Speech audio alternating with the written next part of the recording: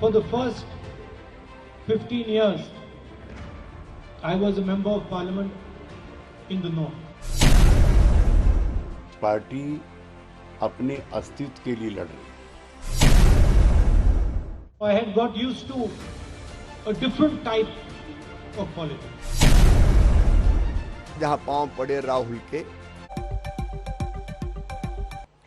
नमस्कार, स्वागत है आपका हमारे मॉर्निंग प्राइम टाइम। आज सुबह में आपके साथ मैं हूं मीनाक्षी खंडवार। राहुल गांधी के बयान से एक बार फिर सियासी भूचाल आ गया है। केरल में जाकर राहुल गांधी ने उत्तर और दक्षिण के लोगों की ऐसी अजीब तुलना की कि वो तुरंत बीजेपी के निशाने पर आ गए। पार्टी के कई बड़े नेताओं ने राहुल के बयान को विभाजनकारी सोच वाला बताया और इसी पर आज सुबह की हम चर्चा कर रहे हैं, जिस पर हमारे साथ खास मेहमान जुड़ गए हैं। बीजेपी से प्रेम शुक्ला जी हमारे साथ आ गए हैं, कांग्रेस पार्टी से आलोक शर्मा जी हमारे साथ हैं और समाजवादी पार्टी से अनुराग भदौरिया जी हमारे साथ जुड़ गए हैं। आप तीनों का बहुत बहुत स्वागत है। चर्चा की शुरुआत करें, लेकिन उससे पहले राहुल गांधी के बयान को लेकर किस तरह का सियासी भूचाल आया, उस पर देखिए रिपोर्ट। अपने बयानों को लेकर गाहे बगाहे विवाद की जद में आने वाले कांग्रेस के नेता राहुल गांधी इस बार फिर चूक गए। वायनाड से सांसद राहुल मंगलवार को केरल ऐश्वर्य यात्रा के समापन के मौके पर त्रिवेंद्रम में थे। अपनी सीट वाले राज्य केरल की तारीफ करते करते राहुल उत्तर भारत वालों को कमतर बता बैठे। उनकी सियासी समझ को लेकर सवाल उठा बैठे। सुनिए उत्तर और दक्षिण के लोगों की राहुल ने कैसे अजीब तुलना कर दी। See, for the first 15 years, I was a member of parliament in the north. So I had got used to a different type of politics. And for me, coming to Kerala was very refreshing because suddenly I found that people are interested in issues and not just superficially, but going into detail in issues. And recently I was talking to some students in the United States and I said, I really enjoy going to Kerala and I really love going to Wayanad. It is not just the affection, because affection of course is there, but it is the way you do your politics. If I might say so, the intelligence with which you do your politics. So for me it has been a learning experience and a pleasure. उत्तर के लोगों की सियासी और मुद्दों की समझ पर राहुल के सवाल उठाने से सियासी तूफान आ गया। बीजेपी के शीर्ष नेताओं ने राहुल के बयान पर ऐतराज किया। शुरुआत स्मृति ईरानी ने की, जिनसे अमेठी में राहुल हारे थे। उन्होंने ट्वीट किया, एहसान फरामोश, इनके बारे में तो दुनिया कहती है थोथा चना बाजे घना। खुद बीजेपी अध्यक्ष जेपी नड्डा ने भी राहुल गांधी के बयान पर ऐतराज किया। नड्डा ने कहा, कुछ दिन पहले ये उत्तर पूर्व में थे और पश्चिम भारत के बारे में जहर उगल रहे थे। आज दक्षिण में उत्तर के खिलाफ जहर बो रहे हैं। बांटो और राज करो की नीति नहीं चलेगी राहुल गांधी जी। राहुल के बयान पर यह विवाद फिलहाल खत्म होता नहीं दिखता। अब देखना यह है कि कांग्रेस कैसे अपने बयान पर अपने नेता का बचाव करती है। त्रिवेंद्रम से पी गोपी कृष्णन उन्नीथन के साथ आज तक ब्यूरो। तो राहुल गांधी का ये बयान अब सियासी बयानों के केंद्र में आ गया है। बीजेपी की तरफ से जबरदस्त पलटवार उनके इस बयान पर हुए हैं। आपको हम लेके चलेंगे सीधे आलोक शर्मा जी के पास भी, क्योंकि आज उन्हें बड़े सवालों के जवाब देने पड़ेंगे, क्योंकि कल से लगातार मंत्रियों की तरफ से भी स्टेटमेंट्स एक के बाद एक आए हैं। लेकिन अमेठी में देखिए, स्मृति ईरानी ने राहुल गांधी की जो सीट रही वहां पर उन्हें जबरदस्त शिकस्त दी। तो आप पहले सुनिए कि स्मृति ईरानी ने इस पर क्या कहा। हमारे साथ बातचीत करने के लिए केंद्रीय मंत्री स्मृति ईरानी। स्मृति जी, आप अमेठी से सांसद हैं। कल राहुल गांधी एक सभा में एक जवाब दे रहे थे। उन्होंने कहा कि वो 15 साल एक ऐसे क्षेत्र से थे जहां से वो अब यहां चुनकर आए तो तरोताजा फील करते हैं। उनको लगता है कि लोग यहां पे मुद्दों को समझते हैं। वो बात अमेठी की कर रहे थे क्योंकि 15 साल वो वहीं से सांसद रहे। देखिए, राजनीति में हार और जीत राजनीतिक जीवन का एक अभिन्न अंग है। अमेठी से मैं भी चुनाव हारी थी साल 2014 में। मैं चांदनी चौक से भी साल 2004 में चुनाव हारी थी। गुजरात से 2 बार सांसद रही, लेकिन कभी भी मैंने गुजरात में या महाराष्ट्र में, जहां से मेरी राजनीतिक जीवन की शुरुआत हुई, कभी भी उस जनता को नहीं कोसा जिस जनता ने मुझे हराया। क्योंकि हार जीत, जैसे कि मैंने कहा, राजनीतिक जीवन का एक अभिन्न अंग है। लेकिन राहुल गांधी ने जो बयान दिया, ये उस क्षेत्र के बारे में दिया जिसने 50 साल तक उनके परिवार को सत्ता दी, ये उस क्षेत्र के बारे में बोला जिसमें वो ढोंग करते रहे कि क्षेत्र की जनता मेरे लिए परिवार है। और ये ढोंग सिर्फ उन्होंने नहीं किया, उनके परिवार ने भी किया। और कोई अपने परिवार को इस तरह से सार्वजनिक अपमानित करता है? राहुल गांधी ने कहा कि 15 साल जहां से वो सांसद रहे वहां के लोग खोखले हैं। राहुल गांधी ने कहा कि जहां से वो सांसद हैं, 15 साल तक जहां से उनका अनुभव रहा संसदीय, वहां के लोग उतने बुद्धिमान नहीं है जितने राहुल गांधी हैं। मुझे लगता है इस प्रकार की घृणा और नफरत को अपने आप में हार के 1.5 साल बाद भी पालना इस बात का संकेत है कि वो किस प्रकार के व्यक्ति हैं, जो किस प्रकार की रंजिश रखते हैं, जो किस प्रकार का द्वेष रखते हैं। वो संसदीय क्षेत्र जिसने 50 साल उनके परिवार को आशीर्वाद दिया, उस संसदीय क्षेत्र का अपमान करके वो अपने आप को गौरवान्वित महसूस करते हैं। मुझे लगता है इससे ज्यादा तुच्छ राजनीति हाल फिलहाल में किसी ने देखी नहीं होगी। स्मृति जी, पूरी की पूरी बीजेपी, पूरा उत्तर प्रदेश इस बात को लेकर आगे बढ़ रहे हैं कि उन्होंने देश को बांटने की कोशिश की नॉर्थ और साउथ में। उनको लगा कि वो दक्षिण भारत में अपनी राजनीति को चमका लेंगे उत्तर भारत को अपमानित करके। और ये पहले उनकी इस प्रकार का उनका कोई राजनीतिक पैंतरा नहीं है। असम जब गए तब उन्होंने गुजरात और गुजरातियों का अपमान किया। आप मुझे बताइए हिमांशु जी, हम सब एक ही देश के वासी हैं, क्या अपने ही देश में अपने ही नागरिकों का, अपने ही प्रदेशों का अपमान कोई भी हिंदुस्तानी कर सकता है? ये हिंदुस्तान के खिलाफ हमेशा नफरत की भावना क्यों पालते हैं, मेरी समझ में नहीं आता। बार बार राजनीतिक विश्लेषण करते वक्त लोगों ने कहा है कि बेचारे राहुल गांधी को राजनीति में धकेला गया है, उनकी मंशा और इच्छा नहीं है।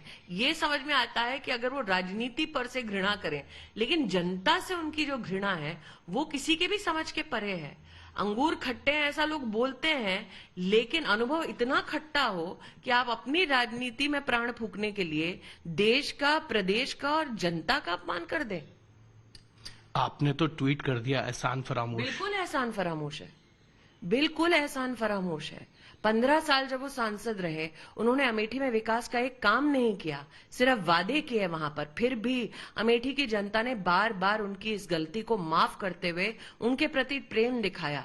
15 साल वो सांसद रहे, अमेठी का एहसान था उनके ऊपर, और एहसान फरामोश है जो आज अमेठी की जनता का इस प्रकार से अपमान कर रहे हैं। थोथा चना बाजे घना। बिल्कुल थोथा है, इसलिए बज रहा है इतना। एक सवाल है, क्या स्मृति जी अब राहुल गांधी ने मन बना लिया कि वो अमेठी नहीं आएंगे? आपसे आए या ना आए, उनको कोई अधिकार नहीं है उत्तर भारत का और अमेठी वासियों का इस प्रकार से अपमान करना।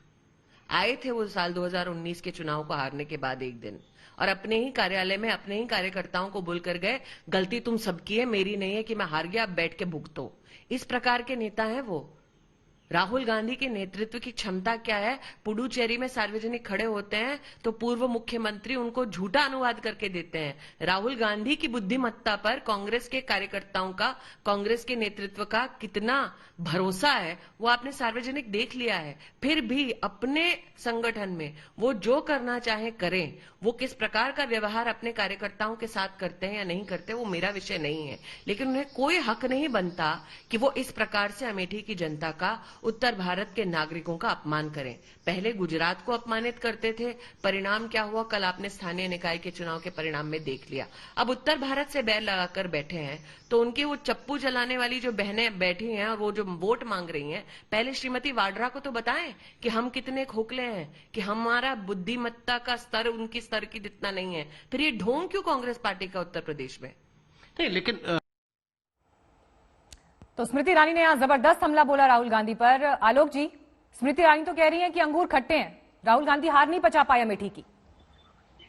देखिए, मुझे लगता है सबसे पहले तो जो भारतीय जनता पार्टी के तमाम लीडर्स मानसिक तौर पर खोखले हो गए हैं, उनको बयान सुनना चाहिए ध्यान से। बयान में पढ़ देता हूं, शायद प्रेम शुक्ला भाई को समझ आ जाएगा, स्वयं पत्रकार रहे। पहले 15 साल में उत्तर से सांसद था, वहां मुझे एक अलग तरह की राजनीति की आदत हो गई थी। क्या हर राज्य की राजनीति अलग नहीं है? क्या हर जिले की राजनीति अलग नहीं होती? अगला वाक्य, मेरे लिए केरल आना बहुत ताजगी भरा रहा। अब मोदी जी की तरह केरल को सोमालिया से तो तुलना नहीं किया उन्होंने तो कहा है कि केरल आना मेरा ताजगी भरा रहा है, जबकि मोदी जी ने 2016 के चुनाव में केरल में जाके कहा था केरल सोमालिया हो गया। अगला वाक्य, क्योंकि यहाँ लोग असली मुद्दों पर दिलचस्पी रखते हैं, सतही रूप से नहीं विस्तार से।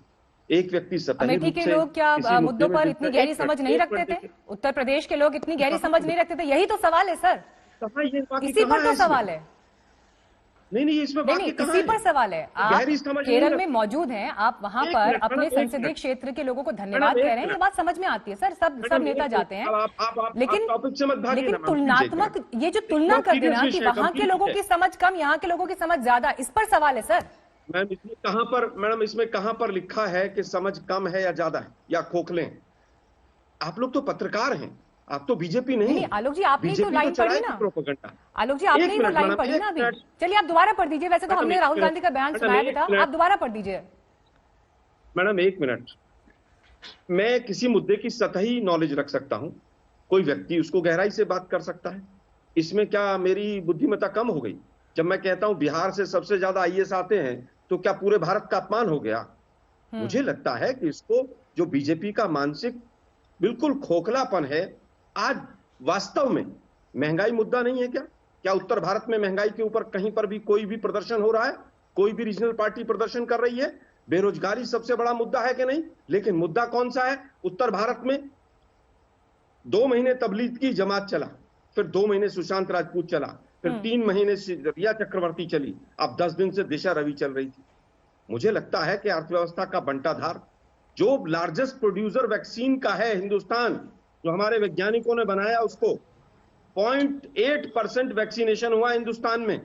यूके में 25%, यूएस में 19%, इजराइल में 80%। कोई मुद्दा नहीं। प्रेम शुक्ला जी बहुत मुस्कुरा रहे हैं, लेकिन प्रेम शुक्ला जी, आलोक जी तो कह रहे हैं कि आप लोग मुख्य मुद्दों से भाग रहे हैं, इसीलिए बार बार राहुल गांधी के बयान को आप लोग पकड़ लेते हैं, और किसी मुद्दे पर बात बची नहीं, आप राहुल गांधी के स्टेटमेंट्स को जबरदस्त तूल देते हैं। देखिए राहुल, मुझे पहले तो आलोक शर्मा जी का मुझे अभिनंदन करना है कि उन्होंने राहुल गांधी के आईक्यू लेवल को जो है सर्वोत्तम आईक्यू लेवल मान लिया। पूरे उत्तर भारत के आईक्यू लेवल को माना नहीं उन्होंने, और सतही अगर सोच है पूरे भारत की, प्रेम भाई, उत्तर भारत कहीं पर की की बात नहीं है। स्टेटमेंट में मैं आलोक जी आपको सुन रहा था, मैं उसी स्टेटमेंट को ही कोट करके कह रहा हूँ, मैं अगल बगल से बात नहीं कर रहा हूँ। राहुल गांधी, अरे भाई सुन तो लीजिए, अरे इतना रक्तचाप क्यों बढ़ा रहे आप जो पढ़ रहे हैं मैं उसी पर कह रहा हूँ जी, आपके उद्धरणों को ही मैं उद्धृत करके कह रहा हूँ। सहमत है आप राहुल गांधी, अरे भाई आप सुनेंगे तो सही। और मोदी जी के आने से पहले हमें शर्म आती थी भारतीय कहते हुए। मीनाक्षी जी कृपा करके मुझे बताइए कैसे बहस होगी? मैं तो इनके साथ बोल नहीं रहा था। एक सेकंड उनको बोलने दीजिए, फिर मैं लौटूंगी आपके पास। बहुत धैर्य से स्थिर चित्ती से सुन रहा था ना। ये राहुल गांधी का ये कहना है कि उत्तर भारत के लोगों की सोच सतही होती है, यानी उनके पूर्वज पंडित मोतीलाल नेहरू सतही सोच वाले व्यक्ति थे, पंडित जवाहरलाल नेहरू सतही सोच वाले व्यक्ति थे, इंदिरा गांधी सतही सोच वाली व्यक्तित्व थी, राजीव गांधी सतही सोच वाले व्यक्ति थे। सिर्फ जो सोनिया मायनो आई है वो गहरी सोच वाली है। राहुल गांधी सबसे गहरे सोच वाले व्यक्ति हैं। अरे साहब, आप कम से कम किसी प्रकार की टिप्पणी करते हुए अपने पूर्वजों, आलोक जी, लेकिन ये सवाल तो पूछा ही जाएगा ना कि बैठे आप बीजेपी पर आरोप लगा रहे हैं कि मुद्दों पर बात नहीं कर रहे, लेकिन बैठे बिठाए एक मुद्दा तो राहुल गांधी ने ही दे दिया ना, इस बात से तो इनकार नहीं किया जा सकता। उन्होंने जिस तरह की टिप्पणी की, उत्तर प्रदेश ने देश को 9 प्रधानमंत्री दिए, जवाहरलाल नेहरू, राजीव गांधी, इंदिरा गांधी, आप खुद वहां से 15 साल सांसद रहे, जिस बात का वो जिक्र कर रहे हैं, ये बात कैसे रास आएगी? देखिए मुझे लगता है उत्तर भारत के लोगों को और दक्षिण भारत के लोगों को अलग कर देना, क्या ये सही है? एक मिनट, क्या नॉर्थ ईस्ट से आज तक कोई प्रधानमंत्री नहीं आया तो इसका तात्पर्य ये निकाला जाए कि वहां पर राजनीतिक समझ नहीं है? तो राहुल गांधी निकाल सकते हैं ना, राजनीतिक समझ होती है, तो निकाल नहीं रहा है। और राजनीति करने का हर व्यक्ति का तरीका अलग है। बिहार की राजनीति अलग है, उत्तर प्रदेश की राजनीति अलग है, बंगाल की राजनीति अलग है। राहुल गांधी गलत है क्या कहीं पर? नहीं, मुझे केवल ये बताइए, राहुल गांधी की इस बात का क्या मतलब है? अगर वो ये कह रहे हैं कि मैं जब अमेठी में था तो मैं अलग तरह की राजनीति कर रहा था, इसका क्या मतलब है? सरकार से किसानों की नाराजगी भुनाने के लिए कांग्रेस किसान महापंचायत कर रही है। कल मथुरा की किसान महापंचायत में पार्टी नेता प्रियंका गांधी वाड्रा ने केंद्र सरकार पर जोरदार हमला बोला, प्रधानमंत्री पर किसानों के अपमान का आरोप लगा दिया।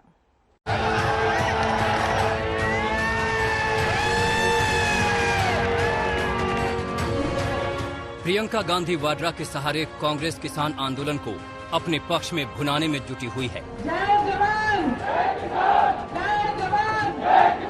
कांग्रेस जानती है कि पश्चिम उत्तर प्रदेश के किसानों का एक बड़ा तबका केंद्र सरकार से नाराज है।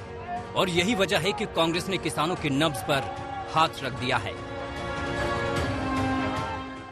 दिल्ली का बॉर्डर नरेंद्र मोदी जी के घर से कितना दूर है? 5-6 किलोमीटर दूर होगा। और वही प्रधानमंत्री जो अमेरिका जा सकते थे, पाकिस्तान जा सकते थे, चीन जा सकते थे, जिन्होंने पूरी दुनिया में भ्रमण किया, वो उन लाखों किसानों के पास नहीं जा पाए, उनके आंसू पोंछ नहीं पाए, उनकी बात नहीं सुन पाए। पार्टी महासचिव प्रियंका गांधी वाड्रा इस अभियान को लीड कर रही हैं। प्रियंका के साथ कांग्रेस धड़ाधड़ किसान पंचायतों का आयोजन कर रही है। कांग्रेस ने उत्तर प्रदेश के 27 जिलों में किसान महापंचायत की रणनीति बनाई है। इन सभी महापंचायतों में प्रियंका हिस्सा लेंगी।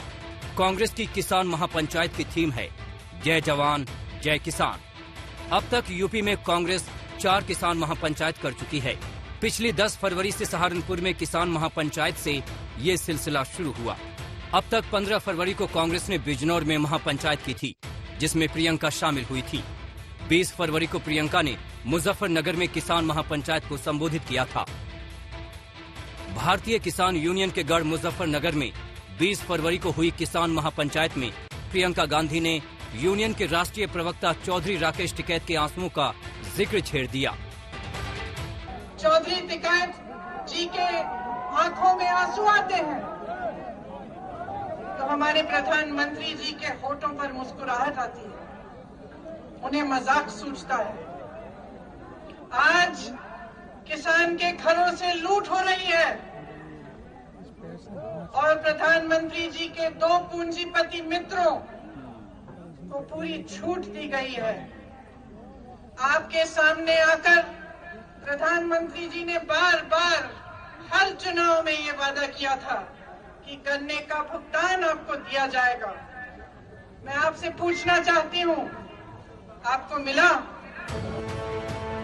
प्रियंका गांधी वाड्रा शुरू से ही किसान आंदोलन को अपना समर्थन दे रही हैं। 26 जनवरी को दिल्ली में ट्रैक्टर रैली में स्टंट के दौरान नवरीत सिंह नाम के नौजवान की मौत हो गई थी।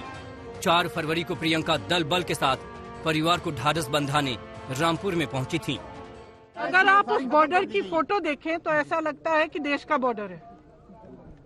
इस तरह से उन्होंने वहाँ पे इन्फोर्समेंट किया हुआ है, री-इन्फोर्समेंट किया हुआ है। किस लिए? क्या कह रहा है ये किसान? कौन सा आतंक फैला रहा है? क्या कह रहा है? 2 महीनों से किस लिए बैठा है? वो यही कह रहे हैं ना कि मेरी बात सुन लो, मुझसे आके चर्चा करो, मेरे से पूछो। ये मेरे लिए कानून बना रहे हो तो मेरे से पूछो। कांग्रेस की निगाहें उत्तर प्रदेश के विधानसभा चुनाव पर हैं। कांग्रेस किसानों और जवानों को साधने में लगी है। कांग्रेस मानकर चल रही है कि किसान केंद्र सरकार से नाराज चल रहे हैं। कांग्रेस को लगता है कि पश्चिम उत्तर प्रदेश में जाट वोट बैंक बीजेपी के हाथ से फिसल सकता है। किसानों की हमदर्दी पाने के लिए कांग्रेस पश्चिम उत्तर प्रदेश में किसान महापंचायत का आयोजन कर रही है। महापंचायत में प्रियंका गांधी वाड्रा कृषि कानूनों को हटाने और गन्ने के भुगतान का मुद्दा उठा रही हैं। पिछले 4 सालों में गन्ने का दाम नहीं बढ़ा। 16,000 करोड़ के 2 हवाई जहाज खरीदे गए। 20,000 करोड़ की स्कीम बन रही है कि जो संसद भवन है, जो देश की राजधानी इंडिया गेट है और उसके आसपास की जो इमारतें हैं, उनके सुंदरीकरण के लिए 20,000 करोड़ की स्कीम बन रही है। लेकिन आपके गन्ने के भुगतान के लिए 15,000 करोड़ उपलब्ध नहीं है। कांग्रेस किसानों के दम पर सत्ता तक पहुंचने के हसीन सपने देख रही है। उधर बीजेपी ने जाट नेताओं को किसानों को मनाने के अभियान में लगा दिया है।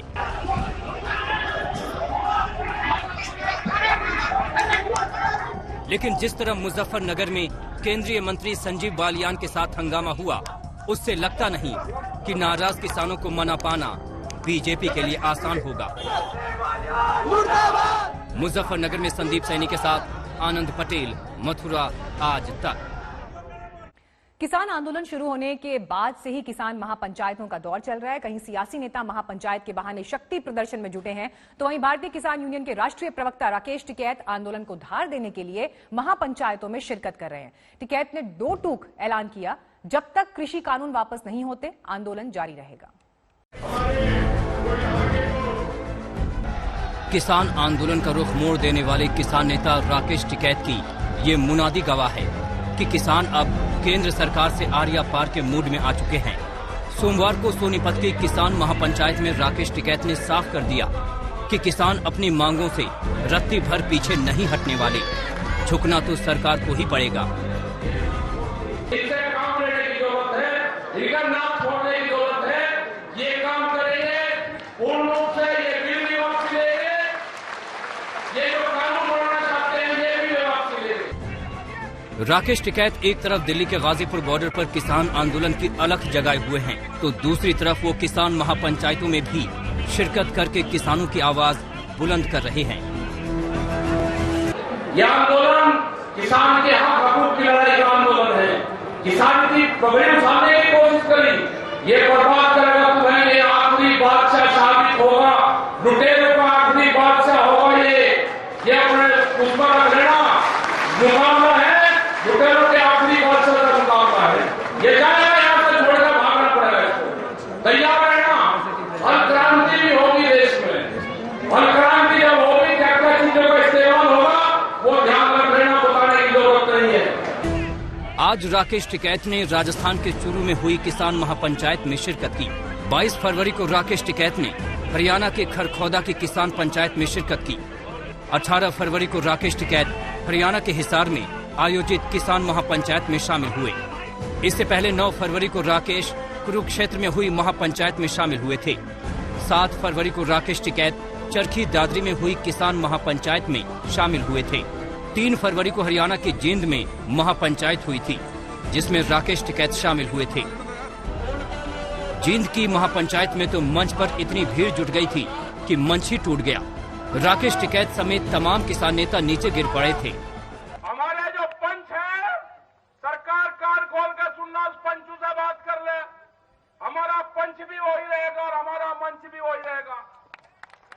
ये कहते हैं कि हरियाणा में पंचायत कर रहे हैं, हरियाणा में तो होगी, अब राजस्थान में करेंगे, उत्तर प्रदेश में करेंगे, महाराष्ट्र में करेंगे, तमिलनाडु में, कर्नाटक में, गुजरात में, बंगाल में।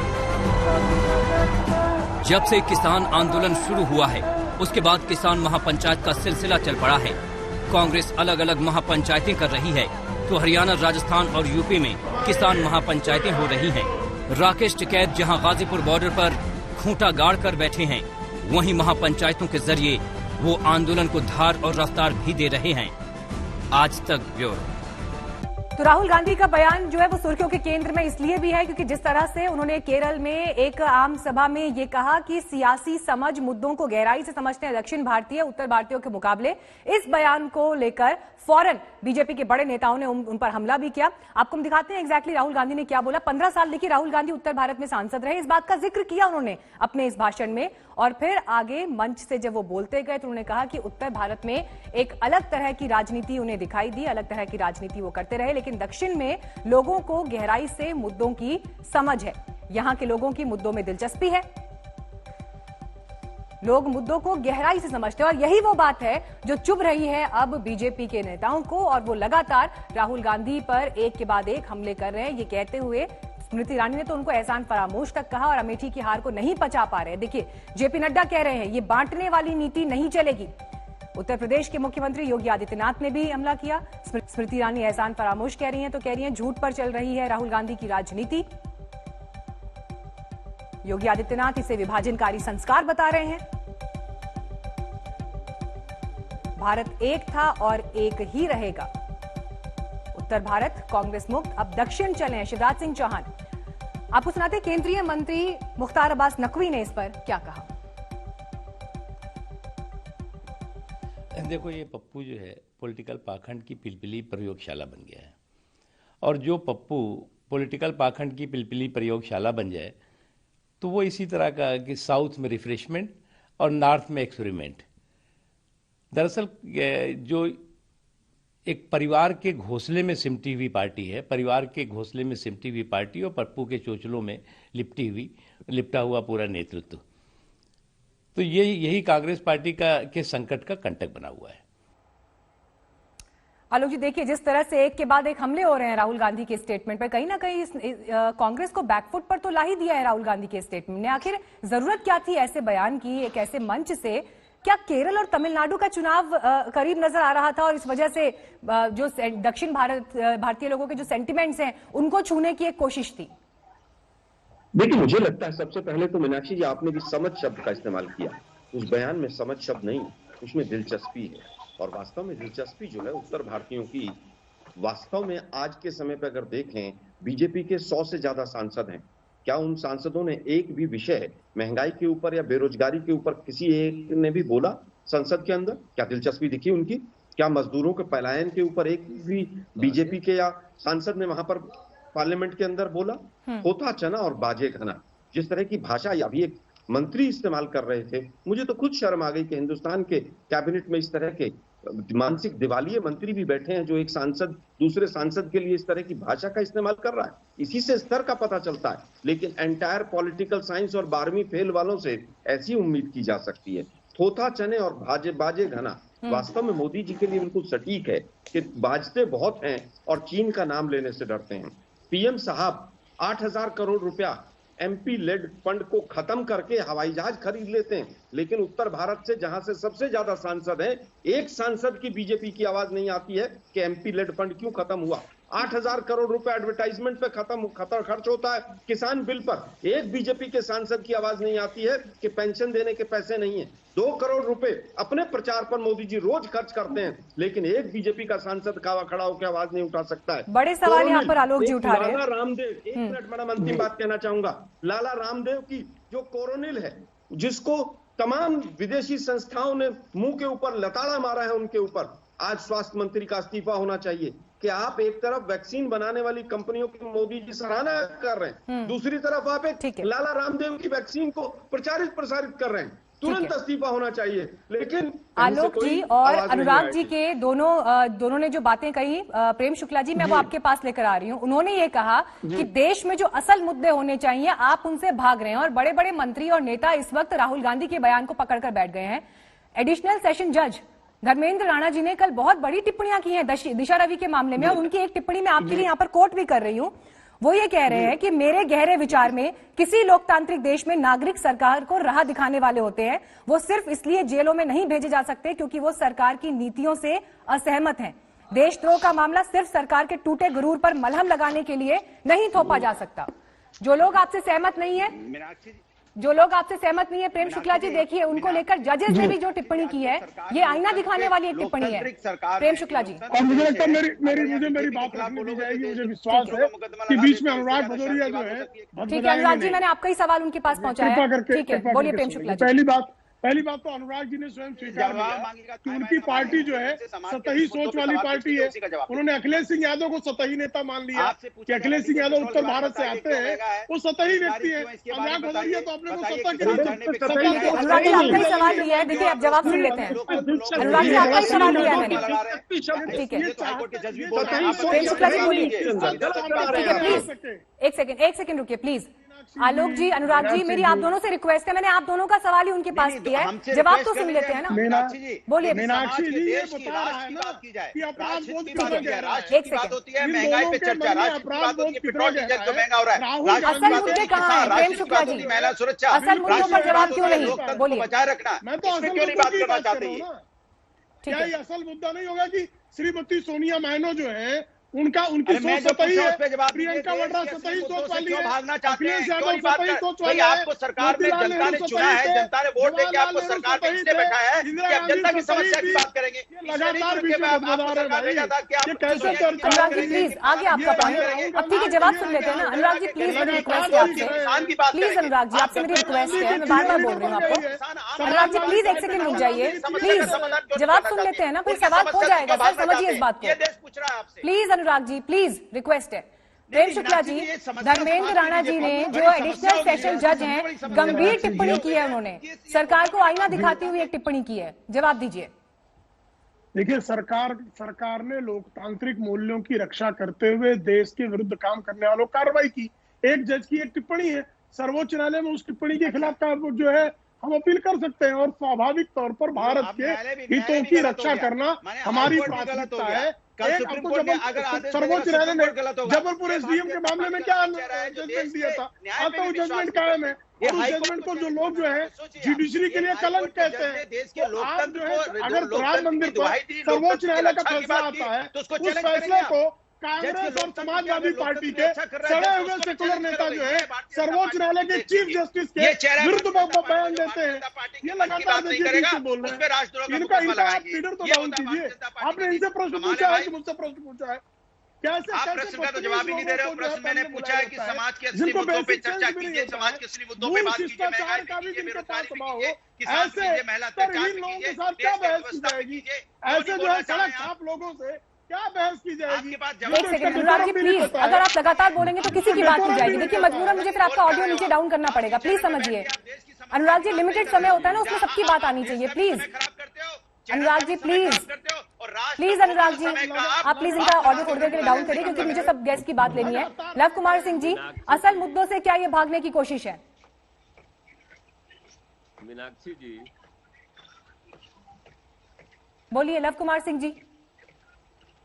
मीनाक्षी जी, ये पहले तो मैं बता दूं, नाच न जाने आंगन टेढ़ा वाली स्थिति है राहुल गांधी की। संपूर्ण भारत एक है, साउथ में और नॉर्थ में बांटने की जो परंपरा वो शुरू कर रहे हैं, ये कितना घातक होगा वो उनको समझ में नहीं है। और सबसे कम सतही समझ क्या सिर्फ राहुल गांधी के एक बयान से उत्तर भारत दक्षिण भारत बढ़ जाएगा? राहुल गांधी जी को राहुल गांधी के एक बयान से उत्तर भारत दक्षिण भारत क्या बढ़ जाएगा? वो खुद उत्तर भारतीय होकर अगर इस तरह का बयान देते हैं तो कितना शर्मनाक है, आप सोच सकती हैं। उनको कैसे शर्मनाक समझ नहीं है। बताइए ना। उत्तर भारतीय मुख्य मुद्दों पर नहीं रख रहा है, इसमें क्या गलत है? उत्तर वास्तव में नहीं रख रहे हैं। समझ आपके पास आऊंगे, बेरोजगारी कहाँ किसानों पर चर्चा हो रही है? नहीं भागना पड़ता। देश की अमेठी जैसे जगह से जहाँ से 50 आलोक जी मैं आपके पास सवाल लेकर आऊंगी, एक सेकंड रुक जाइए। उनका जवाब से मुझे बहुत देर से इंतजार कर रहे थे, अभी बोले हैं वो। मैं बीच में नहीं बोला हूँ। आलोक जी पहले मेरी बात सुन लीजिए। राहुल गांधी जी को सभी राहुल गांधी जी जैसे लोगों को आप हो रहे हैं, चांदी के चम्मच के साथ आए हैं। वो कोई राजनीतिक व्यक्ति है ही नहीं। कोई भी राजनीतिक व्यक्ति इस तरह का बयान नहीं देता, इस तरह के विभाजनकारी बयान नहीं देता। बहुत सारे नेताओं को बहुत सारे बयान लव कुमार जी नहीं देने चाहिए, लेकिन सार्वजनिक मंच से इस देश की जनता ने ऐसे ऐसे बयान सुने हैं जिन पर अगर लिखा जाना शुरू हो तो पूरी किताब बन जाएगी। आलोक जी सवाल आपसे ये है कि क्या ये बौखलाहट कांग्रेस पार्टी की नहीं? राहुल गांधी जो स्टेटमेंट दे रहे हैं, उत्तर प्रदेश से तो कांग्रेस पार्टी पूरा निपट गई ना। मीनाक्षी जी देखिए, मुझे लगता है अगर उत्तर प्रदेश के लोग शमशान और कब्रिस्तान के नाम पर वोट देंगे और बेरोजगारी के नाम पर वोट नहीं देंगे तो यही सवाल है सर, यही सवाल है। देखिए आपने जो बात इस वक्त बोल रहे हैं आलोक जी, देखिए आलोक जी आपने भी तो ये माइंडसेट तय कर लिया ना कि उत्तर भारत के लोग किस चीज पर वोट कर रहे हैं। भोगना पड़ेगा। मतलब जहाँ आप जीतेंगे वहाँ के लोग सही मुद्दों पर वोट कर रहे हैं और जहाँ आप हारेंगे वहाँ लोग गलत मुद्दों पर वोट कर रहे हैं। क्या आप ये कहना चाह रहे हैं आलोक जी? बोलने का कोई हक ही नहीं है। हम मूल मुद्दों से भाग रहे हैं। कोई हक नहीं है। नहीं आलोक जी, जहाँ पर आप जीते यानी वहाँ वोटिंग और आप मुद्दे सही है, जहाँ आप हारे वहाँ मुद्दे गलत है, वहाँ पर वोटिंग ही गलत हो रही है, वहाँ पर लोगों की समझ नहीं है। मैं ये नहीं कह रहा हूँ, लेकिन मुद्दे बताइए ना पिछले 1 साल के। मीनाक्षी जी मुद्दे निकाल लीजिए। रोमपुत्र को राजपुत्रों का अपमान करने का अधिकार किसने दिया? जो है तो उसकी करने का अधिकार किसने दिया? कुछ ढोंगी की दवाई को दिमाग खराब हो गया। सारे लोग एक साथ बोलेंगे तो आवाज किसी की नहीं जा पाएगी। प्लीज बातचीत की, एक चर्चा की, एक गरिमा, एक संयम हम बनाए रखें प्लीज। आप सभी सम्मानीय पैनलिस्ट हैं मेरे। प्लीज लव कुमार सिंह जी, मैं अभी आलोक जी से सवाल ले रही हूँ, प्लीज रुक जाइए एक सेकेंड। आलोक जी देखिए, मुझे लगता है कि पिछले 1 वर्ष का, 2 वर्ष का, 7 वर्ष का अगर आप इतिहास उठा लें तो हमेशा मुद्दों से भटकाने का काम किया इस सरकार ने। चाहे महंगाई, बेरोजगारी हो।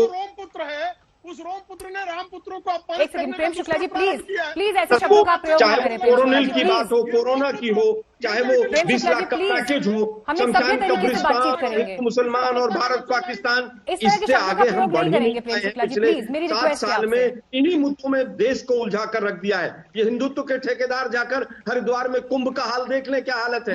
मैं अभी 2 दिन पहले वहां पर आश्रम के प्रमुख ब्रह्मचारी जी कह रहे थे कि हिंदू समाज है वो पूरी तरह से इनके खिलाफ खड़ा हुआ है। मुझे लगता है कि जो असली मुद्दे हैं जो होने चाहिए वो नहीं आ रहे हैं। मोदी जी जिस राज्य में करने शुरू कर देते हैं। शुक्ला जी, अब मैं क्लोजिंग रिमार्क्स दे रही हूँ, ठीक है। अनुराग जी और प्रेम शुक्ला जी, ठीक है, क्लोजिंग रिमार्क्स का समय है। प्लीज अब कोई किसी के बारे में ना बोले, प्लीज रिक्वेस्ट है मेरी। प्रेम शुक्ला जी आप बोलिए, फिर अनुराग जी क्लोजिंग रिमार्क देंगे। बोलिए प्रेम शुक्ला जी। देखिए, राहुल गांधी की बौखलाहट साफ है। जिस तरह से उत्तर प्रदेश की जनता ने उसके भ्रष्टाचारी कार्यकाल को देखते हुए जिस तरह से पराजित किया, सम्राट साइकिल के नाम पर किसानों की जमीन कब्जा करना, जिस तरह से लगातार अमेठी में एक जिला मुख्यालय नहीं दे पाया, वो विकास की बात करता है, मुद्दों की बात करता है। जो अपने कार्यकाल में अमेठी में एक जिला कार्यालय नहीं दे पाया, एक जिला अस्पताल नहीं दे पाया, वो विकास की बात करता है। कि सीबीआई का डायरेक्टर कौन बनेगा? नीति का और दुष्टाचार जो है क्यों नहीं मिल रहा है? क्यों चाहिए वहाँ पर सरकार का वहाँ पर चाहिए? अनुराग जी बोलिए क्लोजिंग रिमार्क्स। देखिए, आपने देखा कि पूरी बात होने के बाद भारतीय जनता पार्टी के प्रवक्ता जी देश के असली मुद्दे पे चर्चा नहीं करना चाहते। प्रभु राम को बीच में ले आएंगे, प्रभु राम के जाके उनके शरण। अरे प्रभु राम के बच्चे ही हैं किसान। किसके बच्चे हैं किसान? जिनकी 150 किसानों से मौतें हो गई। प्रभु राम के बच्चे नहीं, बेरोजगारी प्रभु राम के बच्चे नहीं जो बेरोजगार से आत्महत्या कर रहे हैं, महंगाई से आत्महत्या कर रहे हैं, प्रभु राम के बच्चे नहीं है। प्रभु राम का नाम लेते हुए बच्चों को मौत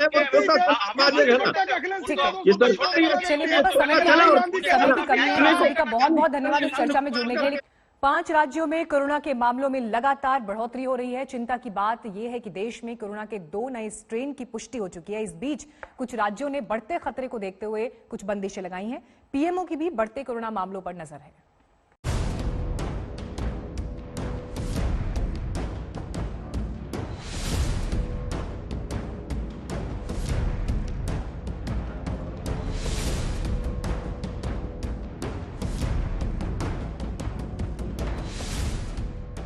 देश के कम से कम 3 सूबों में कोरोना दबे पांव आगे बढ़ रहा है।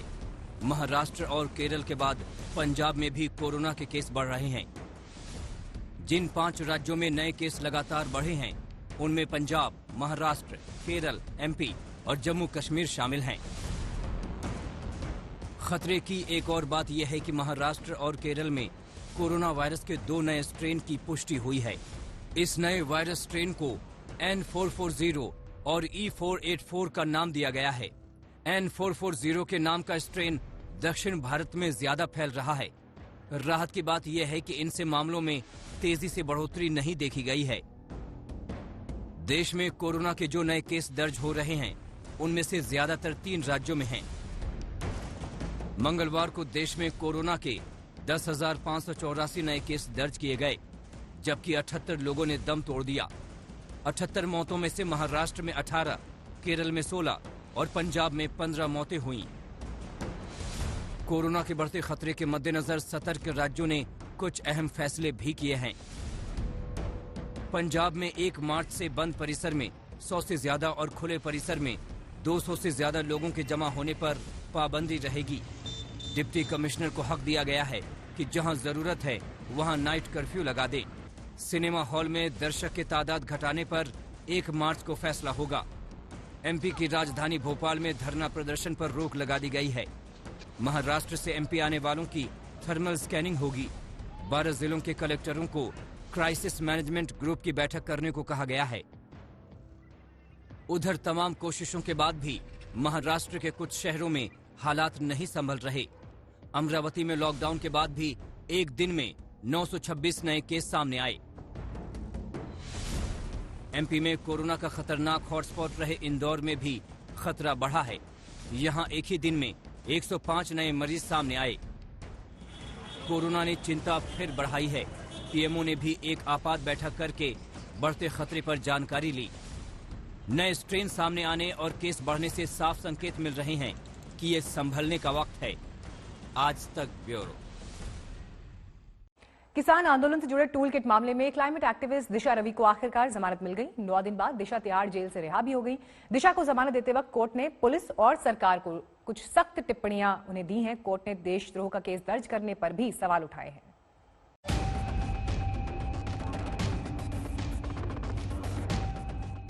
किसान आंदोलन को भड़काने से लेकर इसके खालिस्तानी कनेक्शन तक के संगीन इल्जामों से घिरी दिशा को कोर्ट से बड़ी राहत मिली। पुलिस ने कोर्ट के सामने टूल किट के असली मंसूबे को लेकर तमाम सवाल उठाए, लेकिन कोर्ट को दिशा के इरादों में कुछ भी ऐसा नहीं लगा कि उसे सीखचों के पीछे रखा जाए। पटियाला हाउस कोर्ट के सत्र न्यायालय ने दिशा को जमानत दे दी। पहले पुलिस की वो दलीलें सुनिए जो उसने कोर्ट के सामने दिशा के खिलाफ दी। पुलिस ने कहा कि ये एक महज टूल किट नहीं था, असली मंसूबा भारत को बदनाम करना था। देश में अशांति पैदा करने के खतरनाक इरादे थे। दिशा ने व्हाट्सएप पर हुई चैट मिटा दी थी। वो कानूनी कार्रवाई से वाकिफ थी। इससे साफ है कि टूल किट के पीछे नापाक मंसूबा था। पुलिस ने अपने स्तर पर दिशा के खिलाफ मजबूत केस बनाया, लेकिन कोर्ट ने सारी दलीलें खारिज कर दी। दिशा के बारे में कोर्ट ने कहा कि रिकॉर्ड में ऐसा कुछ नहीं है कि जिससे लगे कि दिशा अलगाववादी विचार रख रही थी। दिशा का प्रतिबंधित संगठन सिख फॉर जस्टिस से संबंध साबित नहीं हुआ। नुकसान न पहुंचाने वाली टूल किट का एडिटर होना अपराध नहीं है। दिशा को जमानत देने के साथ साथ कोर्ट ने कुछ ऐसी टिप्पणी भी की जिनमें पुलिस के जांच और केस दर्ज करने के तरीकों को लेकर गंभीर सवाल थे। जज धर्मेंद्र राणा ने जमानत देने वाले फैसले में कहा कि देशद्रोह का मामला सिर्फ सरकार के टूटे गुरूर पर मलहम लगाने के लिए नहीं थोप सकते। किसी लोकतांत्रिक देश में नागरिक सरकार को राह दिखाते हैं, उनको इसलिए जेल में नहीं डाल सकते कि वो सरकार की नीतियों से असहमत हैं। विचारों में मतभेद और असहमति सरकार की नीतियों में निष्पक्षता लाती है और जागरूक नागरिक हमें हम मिलाने वाले लोगों के मुकाबले समृद्ध लोकतंत्र की पहचान है। दिशा को जमानत मिलने पर उनकी मां ने भी खुशी जताई। ಖುಷಿಯಾಗಿದೆ ನನಗೆ। ಒಂದೇನು ಅಂದ್ರೆ ನ್ಯಾಯಾಂಗ ವ್ಯವಸ್ಥೆ ಏನಿದೆ ನಮ್ಮ ದೇಶದಲ್ಲಿ ಅದರ ಮೇಲೆ ನಂಬಿಕೆ ಇದೆ। ಅದು ಇನ್ನೊಂದ್ಸರಿ ನಂಬಿಕೆ ಬಂತು ನನಗೆ। ಅಷ್ಟೇ ಹೇಳಕ್ಕಾಗದು ಸರ್, ಇನ್ನೇನು ಹೇಳಲ್ಲ ನಾನು। कोर्ट की ऐसी टिप्पणियों के बाद अब दिल्ली पुलिस पर नैतिक दबाव बढ़ना तय है। ऐसे में पुलिस अगर टूल किट केस को आगे बढ़ाएगी तो किस तरह, ये देखना अहम होगा। दिल्ली से पूनम शर्मा के साथ अनिशा माथुर, आज तक।